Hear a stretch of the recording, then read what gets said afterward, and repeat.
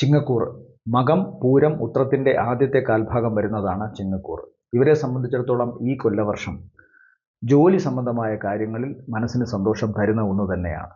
എന്നാൽ കൃത്യമായി ഇവർക്കിപ്പോൾ സംശയരോഗത്തിൻ്റെ അവസ്ഥകളും അതുപോലെ തന്നെ സ്വന്തം ഭവനത്തിൽ പോലും ശത്രുവായി മാറുന്നൊരവസ്ഥയും, ചെയ്യുന്ന കാര്യങ്ങളിലൊക്കെ എത്രമാത്രം സുതാര്യത ഇവർ കൊണ്ടുവന്നാലും ഏറ്റവും വേണ്ടപ്പെട്ടവരും മറ്റുള്ളവരും അതിനെ ആ തരത്തിൽ അംഗീകരിക്കാതിരിക്കുകയും ചെയ്യുന്ന ഒരു വല്ലാത്ത ധർമ്മസങ്കടത്തെ നേരിടേണ്ടി വരും മകം പൂരം ഉത്രത്തിൻ്റെ ആദ്യ കാൽഭാഗക്കാർ അടങ്ങുന്ന ചിങ്ങക്കൂറുകാർക്ക്.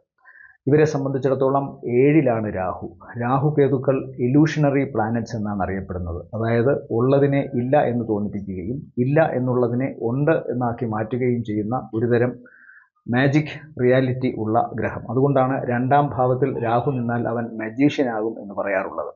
ഇല്ലാത്തതിനെ സൃഷ്ടിക്കാൻ പറ്റും.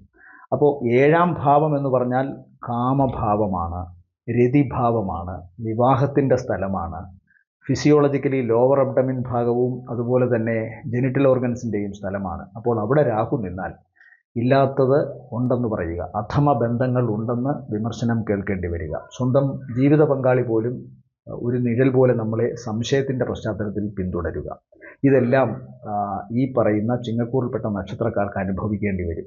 ഒപ്പം അഷ്ടമ രാശിയിൽ നിൽക്കുന്നത് ശനിയാണ്. ഈ കാരണങ്ങൾ കൊണ്ട് തന്നെ ജീവിതത്തിലെ സുപ്രധാനമായ കാര്യങ്ങൾക്ക് ഇവർക്ക് തടസ്സമുണ്ടാകും. മാനസിക വിഷമം കാരണം ജോലി നേരെ ചെയ്യാൻ സാധിക്കാതെ വരിക, സ്വന്തം വീട്ടിൽ പോലും അസ്വസ്ഥനായി കഴിയേണ്ടി വരിക, മനസമാധാനം നഷ്ടപ്പെടുക തുടങ്ങിയ കാര്യങ്ങളൊക്കെ ഇവർക്കുണ്ടാകാനുള്ള സാധ്യതയുണ്ട്. ആകെ ആശ്രയമായി ഇവർക്ക് നിൽക്കുന്നത് 11-ാം ഭാവത്തിൽ സഞ്ചരിക്കുന്ന വ്യാഴമാണ്. ഏതൊക്കെ ദുർവിധിയിലൂടെ കടന്നു പോയാലും എങ്ങനെയും കാര്യങ്ങൾ നേടിയെടുക്കാനും തങ്ങൾ ആഗ്രഹിച്ച കാര്യങ്ങൾ നേടാനും ധനം ഇവരിലേക്ക് വരാനും സാധ്യതയുള്ളത് 11-ലെ വ്യാഴത്തിൻ്റെ ഗുണമാണ്. പക്ഷേ ഈ വ്യാഴം പോലും 2025 ഒക്ടോബർ മാസം 18-ാം തീയതി മുതൽ 12-ലോട്ട് വരികയാണ്. ചിങ്ങക്കൂറിനെ സംബന്ധിച്ചിടത്തോളം വ്യാഴം 12-ലോട്ട് വരികയാണ് ഒക്ടോബർ മാസം 18 മുതൽ. 12 എന്ന് പറഞ്ഞാൽ ചെലവിൻ്റെ സ്ഥലമാണ്. 6, 8, 12 ദുഷ്ടസ്ഥാനങ്ങളാണ്. 6 ദുരിതത്തിൻ്റെ സ്ഥലം, 8 മരണത്തിൻ്റെ സ്ഥലം, 12 നഷ്ടങ്ങളുടെ സ്ഥലം. വ്യാഴം 12-ൽ വരുമ്പോൾ ഉച്ചസ്ഥാനം കൂടി ആയതിനാൽ വലിയ ദ്രോഹം ചെയ്യില്ല. ശുഭഗ്രഹമായ വ്യാഴം ദോഷസ്ഥാനത്ത് നിന്നാൽ കൈകെട്ടി നിൽക്കുമെന്നാണ് പ്രമാണം. അതായത് അത് നിസ്സഹായനാണ്. എന്നാൽ ശുഭസ്ഥാനത്ത് വന്നാൽ അങ്ങേയറ്റം സഹായിക്കുകയും ചെയ്യും. ഇവിടെ വ്യാഴം ദോഷസ്ഥലത്താണ് വന്നിരിക്കുന്നത്, ബലവാനാണ്. അപ്പോൾ സംഭവിക്കുക എന്തെന്ന് പറഞ്ഞാൽ ഉടനെ ലാഭം കിട്ടാത്ത കാര്യങ്ങൾക്ക് പണം ചെലവഴിക്കും ചിങ്ങക്കൂറിൽപ്പെട്ട നക്ഷത്രക്കാർ. ഉടനെ ലാഭം കിട്ടാത്ത കാര്യങ്ങൾ എന്തൊക്കെയാണ്? സ്വന്തം മക്കളുടെ വിദ്യാഭ്യാസം, അവരുടെ ആരോഗ്യം, സ്വന്തം ആരോഗ്യം, അതുപോലെ തന്നെ സ്വന്തം വീട് നിർമ്മാണം, വാഹനം വാങ്ങൽ, തീർത്ഥയാത്ര പോകൽ, മറ്റു വിദേശ രാജ്യങ്ങൾ സന്ദർശിക്കുക, ഇതൊക്കെ മനസ്സിന് ആഹ്ലാദം നൽകുന്നതും അതുപോലെ തന്നെ ഭാവി കാര്യത്തിന് വേണ്ടി ചെയ്യുന്നതുമായ കാര്യങ്ങളാണ്. ഇത് ഇന്ന് പണം മുടക്കി നാളെയോ മറ്റന്നാളോ തിരിച്ച് ലാഭമായി വരുന്ന ഒന്നല്ല. മുടക്ക് തന്നെയാണ്. അത് പക്ഷേ എത്രയോ കാലം കഴിഞ്ഞ് ഉപകാരമായി തിരിച്ചു വരും. അതുകൊണ്ട് ആ തരത്തിൽ പണം മുടക്കേണ്ടി വരും ഈ ഒരു കൊല്ലവർഷം ചിങ്ങക്കൂറിൽപ്പെട്ട നക്ഷത്രക്കാർക്ക്. ഇതൊന്നുമല്ലെങ്കിൽ സ്വഭാവത്തിൽ അല്പം ദോഷമോ ഭാഗ്യക്കേടോ ഉള്ള ഗ്രഹനിലയാണെങ്കിൽ ജോലി നഷ്ടപ്പെടാം, വിദേശവുമായി ബന്ധപ്പെട്ട യാത്ര മുടങ്ങാം, വിദേശത്ത് പോയാൽ തന്നെ ചിലപ്പോൾ അത് ഗതി പിടിക്കണമെന്നില്ല. ഇതൊക്കെയും അവനവൻ്റെ ഗ്രഹനിലയെ അടിസ്ഥാനപ്പെടുത്തി കൂടിയാണ് ഇരിക്കുന്നത്. 5-ാം ഭാവത്തിനോ വ്യാഴത്തിനോ ബലമില്ലെങ്കിലാണ് ഇത്തരം കാര്യങ്ങൾ വരിക. എന്നാൽ ജനിച്ച സമയത്ത് വ്യാഴം അനുകൂലമായി ബലത്തോടെ നിന്നാൽ ഞാൻ നേരത്തെ പറഞ്ഞ ഉടനെ ലാഭം കിട്ടാത്ത കാര്യങ്ങൾക്ക് പണം മുടക്കേണ്ടി വരുന്ന അവസ്ഥയെ ഈ കൊല്ലവർഷം ഉണ്ടാവുകയുള്ളൂ. അപ്പോൾ പൊതുവെ ചിങ്ങക്കൂറിൽപ്പെട്ട നക്ഷത്രക്കാർ ശ്രദ്ധിക്കണം. ഏറ്റവും പ്രധാനം, അവർ എത്ര ആത്മാർത്ഥമായി പ്രവർത്തിച്ചാലും ആത്മാർത്ഥത കണക്കിലെടുക്കണമെന്നില്ല. മാത്രമല്ല സംശയത്തിൻ്റെ ഒരു നിഴൽ എപ്പോഴും ഏറ്റവും വേണ്ടപ്പെട്ടവരുടെ ഭാഗത്തു നിന്ന് പോലും അവരോടൊപ്പം ഉണ്ട് എന്ന ചിന്ത വേണം.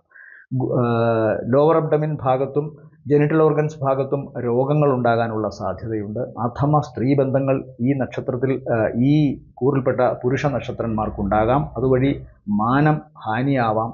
അതായത് മാനത്തിന് ഹാനി ഉണ്ടാവാം, ധനത്തിന് ഹാനി ഉണ്ടാവാം, സ്വന്തം കുടുംബത്തിൽ ചിലപ്പോൾ പുറന്തള്ളപ്പെടാം. ഇതൊക്കെ സംഭവിക്കാം. അഷ്ടമത്തിൽ നിൽക്കുന്നത് ശനി കൂടിയാണ്. പുരുഷനാണെങ്കിൽ അവൻ്റെ സ്വന്തം ആരോഗ്യത്തിനാണ് അഷ്ടമത്തിൽ ശനി നിന്നാൽ പ്രശ്നം, അല്ലെങ്കിൽ സ്വന്തം ജീവിതത്തിലെ കാര്യങ്ങൾക്ക്, പുരോഗതിയുടെ കാര്യങ്ങൾക്ക് തടസ്സമായി ശനി നിൽക്കുന്നു. എന്നാൽ ഈ കൂറിൽപ്പെട്ട സ്ത്രീ നക്ഷത്രക്കാർക്ക് ഇതിനേക്കാളും ഗതികേടാണ്. 7-ാം ഭാവത്തിൽ രാഹു നിന്നാൽ അവർ അവരുടെ ജീവിത പങ്കാളിയിൽ നിന്ന് സംശയത്തിൻ്റെ കണ്ണുകളോടെ ജീവിത പങ്കാളി അവരെ കാണും.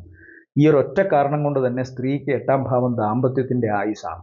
ചിലപ്പോൾ ചില ഡിവോഴ്സുകൾ നടക്കാം, ചിലപ്പോഴെങ്കിലും ഭർത്താവ് മാറിപ്പോകാം. അതല്ലെങ്കിൽ മറ്റൊരു ബന്ധം നാട്ടുകാരറിഞ്ഞ് മോശപ്പെട്ട അവസ്ഥ വരാം. ഇതെല്ലാം സംഭവിക്കാൻ സാധ്യതയുണ്ട്. 11 വ്യാഴമാണ് അനുഗ്രഹമായി നിൽക്കുന്നത്. ആ വ്യാഴം പോലും ഒക്ടോബർ 18 മുതൽ ഡിസംബർ 2 വരെ അത്ര നല്ലതിലല്ല. പിന്നെ വീണ്ടും തിരിച്ചു പോകുന്നത് 11 ഡിസംബറിന് ശേഷം കാര്യങ്ങൾക്ക് മാറ്റം വരും, സാമ്പത്തികമായ നേട്ടം വരും. അപ്പോൾ ഈ ഒരു വർഷത്തെ കണക്കെടുക്കുമ്പോൾ ആദ്യത്തെ 2 മാസങ്ങൾക്ക് ശേഷം കാര്യം അനുകൂലമല്ല. പിന്നെ ഡിസംബറിന് ശേഷം വീണ്ടും സജീവമാകും, നേട്ടങ്ങൾ ഒന്നൊന്നായി വരും, സാമ്പത്തിക നേട്ടം, ജോലിയിൽ ഉയർച്ച, ഇതൊക്കെ ഉണ്ടാകും. അപ്പോൾ മോശപ്പെട്ട സമയം വളരെ ശ്രദ്ധിക്കുക. പ്രത്യേകിച്ചും മാർച്ച് മാസം വളരെ ശ്രദ്ധിക്കുക. 2026 ശസ്ത്രക്രിയയ്ക്ക് വിധേയനാവുകയോ കേസോ വഴക്കോ ഉണ്ടായി കോടതിയിൽ കയറേണ്ടി വരികയോ കാൽപാദങ്ങൾക്ക് മുറിവുണ്ടായി ചിലപ്പോൾ അത് മാരകമാകാനും ഒക്കെ സാധ്യതയുണ്ട്.